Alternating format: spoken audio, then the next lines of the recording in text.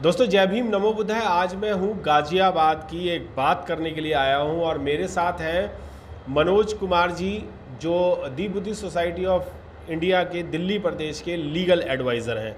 मुद्दा ये है कि डॉक्टर B.R. अम्बेडकर छात्रावास नंदग्राम गाजियाबाद में एक विदेशियों के लिए डिटेंशन सेंटर बनाया जा रहा है और उस छात्रावास को हटा करके तोड़ करके उसमें विदेशियों के लिए डिटेंशन सेंटर बनाया जाएगा। क्या मुद्दा है जानने की कोशिश करते हैं, जिस पे बहन कुमारी मायावती जी ने भी ट्वीट किया है, एक्शन लिया है और कई सारे संगठनों ने लिया है, जिसमें कि दी बुद्धिस्ट सोसाइटी ऑफ इंडिया ने भी लिया है। मैं मनोज जी जानना चाहूँगा कि ये मामला क्या है कि छात्रावास में क्यों चेंजेस किए जा रहे हैं और वो चेंजेस कहाँ तक हैं। सभी साथियों के लिए जय भीम। जैसा कि मैंने कल इंडियन एक्सप्रेस न्यूज़पेपर में जो खबर पढ़ी जी, उसमें मैंने पढ़ा कि जो अपना ये छात्रावास है इसमें कुछ परिवर्तन करने के बाद इसको डिटेंशन सेंटर के रूप में जो वर्तमान सरकार है वो कर रही है। तो ये खबर कहीं हद तक ये दिल को दुखाने वाली लगी। क्या मतलब जो मूलभूत आवश्यकता, जो मूलभूत पर्पस था इसका, उसको ना प्रयोग में लाकर बल्कि इसको बदल दिया गया।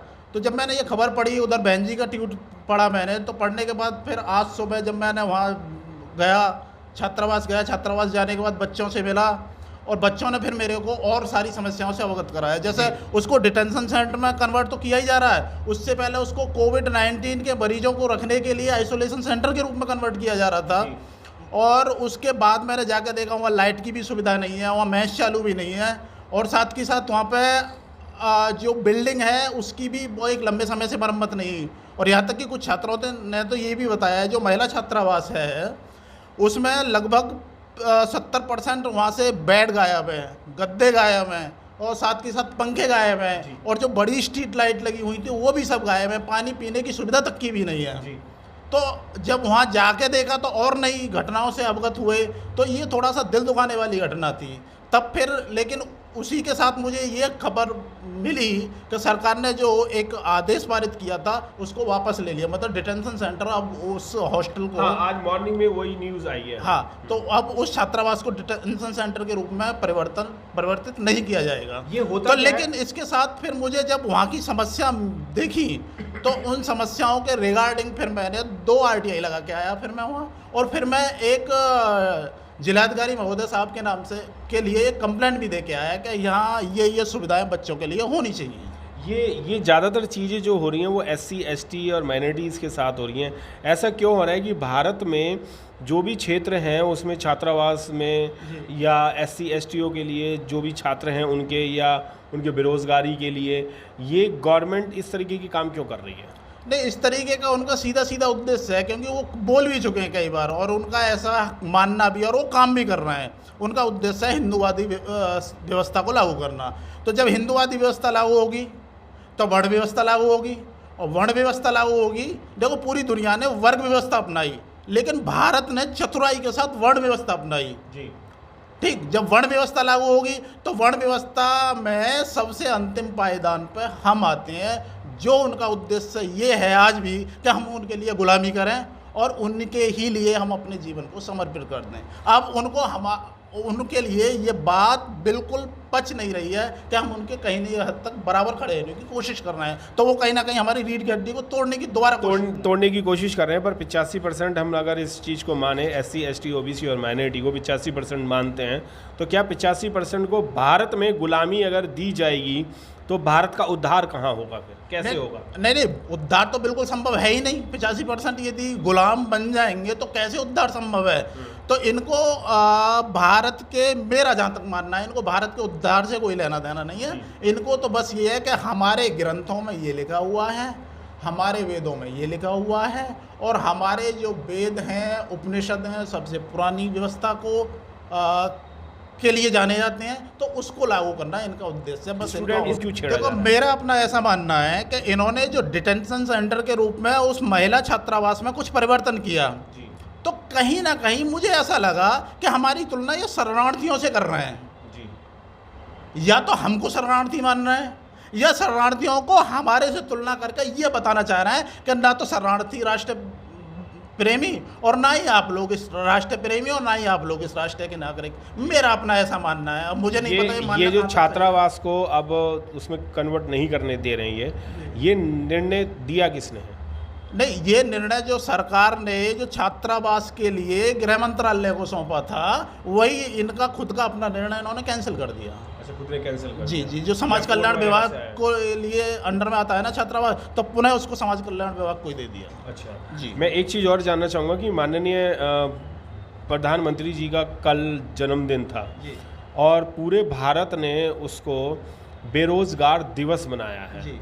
ऐसा क्यों, ये प्रधानमंत्री जी के जन्मदिन पे ये दिवस क्यों मनाया जा रहा है? नहीं तो अब जब हम अपना प्रतिनिधित्व किसी के हाथ में देते हैं और हमें ऐसा लगता है कि ये हमको बहुत अच्छी व्यवस्था देगा और व्यवस्था उसके परे चली जाती है, उसके विरोध में चली जाती है, जाहिर सी बात है युवाओं का और देश के जो वोटर्स हैं उनका गुस्सा तो उसी व्यक्ति के खिलाफ निकलेगा ना, जिसके लिए हम अपना उम्मीदवार निर्वाचित करने के बाद कोई डाउट नहीं है। भले ही वो बहाना कोरोना का रहा सही, लेकिन ये निश्चित है कि मतलब जो शुरुआत के वायदे थे इनके अपने चुनावी वायदे, ये कोरोना जो है वो तो 6 महीने 4 महीने 6 महीने से है, पर ये बेरोजगारी तो बहुत पहले से मैं वही बताना चाह रहा हूँ। जो इनके शुरुआती वायदे थे ना कि हम 2 करोड़ प्रत्येक वर्ष रोजगार पैदा करेंगे, तो ये उस मुद्दे पे 100% विफल रहे। तो जब विफलता है तो ये विफलता को लोगों का ये दिखाने का तरीका है। प्रधानमंत्री ये है कि जो फायदे दिए जा रहे हैं वो सिर्फ टॉप ड्रेसिंग मटेरियल है और कुछ नहीं है, आम जनता तक उसका कोई फ़ायदा नहीं पहुंच रहा। और रही बात दूसरा जो सवाल था आपका, क्या था? बेरोजगारी का। तो वो बेरोजगारी के सीधे सीधे आंकड़े हैं कि वास्तव में देश में बेरोजगारी एकदम चरम सीमा पर है। जी, तो ये बेरोजगारी कब तक हट सकेगी? अब सर, और कैसे हटेगी? मेरा तो अपना ऐसा मानना है कि या तो नीतियों में परिवर्तन किया जाए, क्योंकि नीति ही किस देश के भविष्य को तय करती हैं और नीतियां जो हैं वो नीयत से बनाई जाती हैं। तो इसका मतलब कहीं ना कहीं साफ नीयत से नीतियां नहीं बनाई जा रही, जिसके कारण देश का युवा आज परेशान है। तो यदि साफ नीयत से, चाहे वो भाजपा सही या कांग्रेस सही या कोई और पार्टी 2024 में सत्ता में आती है, वो सही, जब तक साफ नीयत से काम नहीं करेगी तब तक बेरोजगारी की समस्या और अन्य समस्याओं का समाधान नहीं। आपने अभी एक बात ये कहा कि 2024 तक जब तक कोई और सरकार नहीं आ जाती तब तक ऐसा ही रहेगा। तो क्या 2024 तक हम लोगों को इसी चीज़ से जूझना पड़ेगा? नहीं, इस चीज़ से 2 चीज़ें हैं, क्योंकि सरकार पूर्ण बहुमत से है। जी, ठीक है, पूर्ण बहुमत से। हाँ, तो सरकार को जैसे कल का जो दिन है वो बेरोजगारी दिवस के रूप में मनाया, तो ये एक तरह से सरकार के लिए उसकी नीतियों के प्रति अवगत कराया जनता ने कि भाई आपकी नीतियाँ ऐसी हैं। ठीक, तो संभवतः अब ऐसा माना जा सकता है, ऐसी उम्मीद की जा सकती है कि शायद ये लोग कुछ नीतियों में सुधार करें और बेहतर भविष्य दें। और अगर नीतियों में सुधार नहीं होती है और देश का भविष्य जो है वो उज्जवल नहीं होता है, तो 2024 में आप किस पार्टी को चाहेंगे और किस व्यक्ति को प्रधानमंत्री चाहेंगे जो काम कर सके देश के लिए और देश के युवाओं के लिए और देश की जनसंख्या के लिए? देखिए, काम कर सके इस बात की तो कोई गारंटी किसी के प्रति है ही नहीं जी, क्योंकि हर आदमी जब नवनिर्वाचित होता है तो वो यही उद्देश्य के साथ सत्ता में आता है कि मैं बहुत अच्छा काम करूँगा। पता नहीं उनकी व्यक्तिगत या उनकी पार्टी की कोई समस्या या वास्तव में ही देश के में इतनी बड़ी समस्या है जिसके प्रति वो काम नहीं कर पाता। तो ऐसी उम्मीद में या किसी के बारे में मैं भविष्यवाणी तो ऐसी करना संभव नहीं समझता।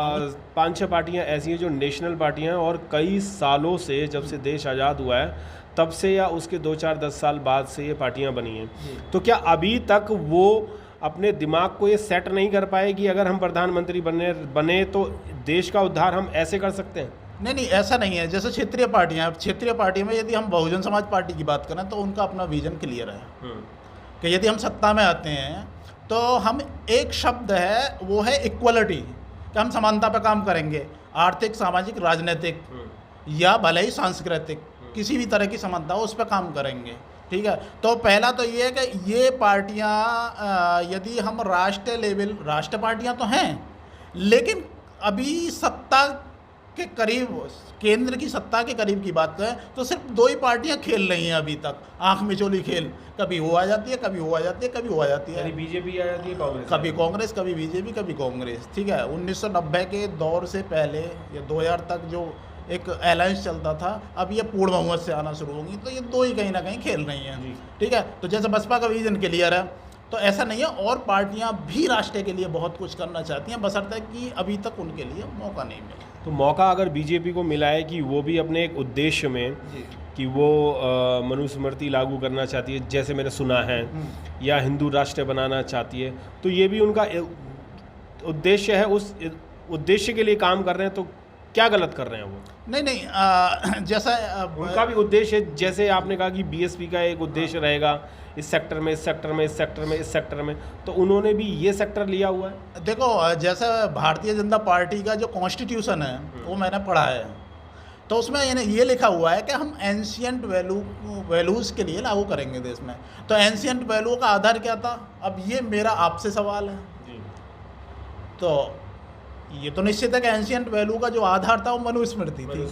ठीक, तो जो आदमी मनुस्मृति को लागू करेगा वो कैसी नीयत होगी और कितनी समानता लाएगा, ये आप और देश के ऊपर छोड़ देंगे। यानी कि ये राम मंदिर बन रहा है, हिंदू राष्ट्र बन रहा है, मनुस्मृति लागू करने के लिए किया जा रहा है।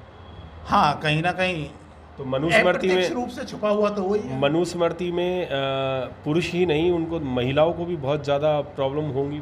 हाँ, महिलाओं को भी प्रॉब्लम होगी, लेकिन ये है कि अब लोग जागरूक इतने ज़्यादा हो चुके हैं कि ये अप्रत्यक्ष रूप से लागू करने की कोशिश कर रहे हैं, किसी काम को प्रत्यक्ष नहीं कर रहे हैं। तो यानी कि इंडियन कॉन्स्टिट्यूशन जो है उसको हटा देंगे? नहीं, इंडियन कॉन्स्टिट्यूशन को हटा देंगे ये नहीं है, लेकिन इंडियन कॉन्स्टिट्यूशन को अपने अपने मनुस्मृति तो जब ही लागू होगी जब इंडियन कॉन्स्टिट्यूशन हटेगा। मैं बता रहा हूँ, मनुस्मृति को अपने इंडियन कॉन्स्टिट्यूशन को, क्योंकि भारतीय संविधान लचीला है, अपने हिसाब से मोल्ड करके उस हद तक कोशिश करेंगे अप्रत्यक्ष रूप से उसे इम्प्लीमेंट करने की। कॉन्स्टिट्यूशन को नहीं हटाएंगे, ये उसे अप्रत्यक्ष रूप से लागू करने की कोशिश करेंगे। तो उसमें कुछ ना कुछ अमेंडमेंट हाँ, वो अपने हिसाब से अमेंडमेंट करते रहेंगे जी। तो क्या आपको लगता है कि आज का युवा या आज की नारी जो है वो इस मनुस्मृति की जो पहले हुआ करती थी, ना खाने देंगे, ना पीने देंगे, ना ओढ़ना पहनना, चलना फिरना, जॉब करना, पढ़ना लिखना, कोई फ्रीडम नहीं होगी, आप शादी नहीं कर सकते, क्या ये दोबारा चीज़ आ सकती है? नहीं, दोबारा तो ये नहीं आएगी, क्योंकि या इंडियन युवा जो है वो इस चीज़ को सहन कर लेगा? मैं बता रहा हूँ, आज वो स्थिति तो नहीं आएगी, क्योंकि आज युवा भी जागरूक है, साथ के साथ महिलाएं भी जागरूक हैं, क्योंकि महिलाएं आज विद्रोह कर देती है यदि उसके अधिकारों का कहीं हनन होता है तो। लेकिन जैसा मैंने कहा, अप्रत्यक्ष रूप से, चलिए मैं इसका एक उदाहरण देता हूँ। जैसा मैं सोचता हूँ थोड़ा सा, जैसे इन्होंने 2017 में इनकी सरकार आई, ऐसा नहीं है कि योगी जी से काबिल लोग नहीं थे भाजपा में, लेकिन इन्होंने योगी जी को ही सत्ता की चाबी उनके हाथ में सौंपी मुख्यमंत्री के रूप में। ऐसा क्यों? तो कहीं ना कहीं इसका कारण वो रहा कि पुराने समय में जो हुआ करता था कि राजा आएगा लेकिन नतमस्तक एक सन्यासी के ही सामने होगा।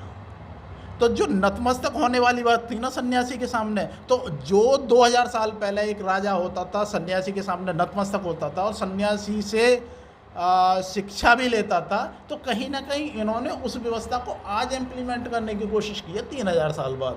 ठीक, तो कुछ ऐसे अप्रत्यक्ष रूप से ये महसूस भी नहीं होने दे रहे हैं और धीरे धीरे काम भी कर रहे हैं, और कॉन्स्टिट्यूशन को भी नहीं हटा रहे हैं, उसको अपने हिसाब से अमेंड कर रहे हैं। यानी राजा तो कोई अब बचा नहीं, अगर कोई वैसे भी कोई प्रधानमंत्री या राष्ट्रपति बन जाता है तो उनको इन साधुओं को भी उन्हीं श्रेणी में लाने की कोशिश कर रहे हैं। हाँ, कि राजाओं की श्रेणी में आ जाएं। बिल्कुल, हम इन्हें मंत्री बना दें, एमपी बना दें, एमएलए बना दें, इसका उदाहरण मध्य प्रदेश वगैरह बना दें। इसका उदाहरण मध्य प्रदेश है।